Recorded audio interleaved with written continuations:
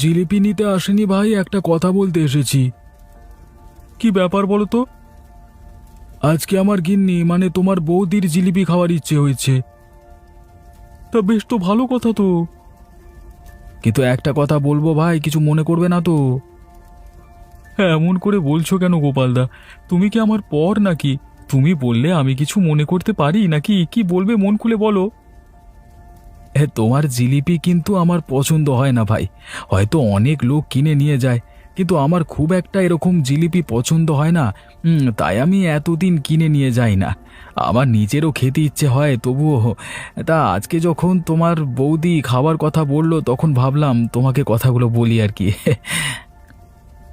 আমি যদি জিলিপি বানাতে কোনো ভুল করে থাকি তাহলে আমাকে বলতে পারো তুমি।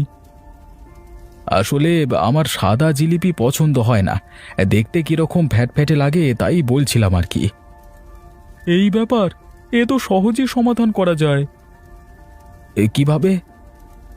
তুমি কাল থেকে এসো।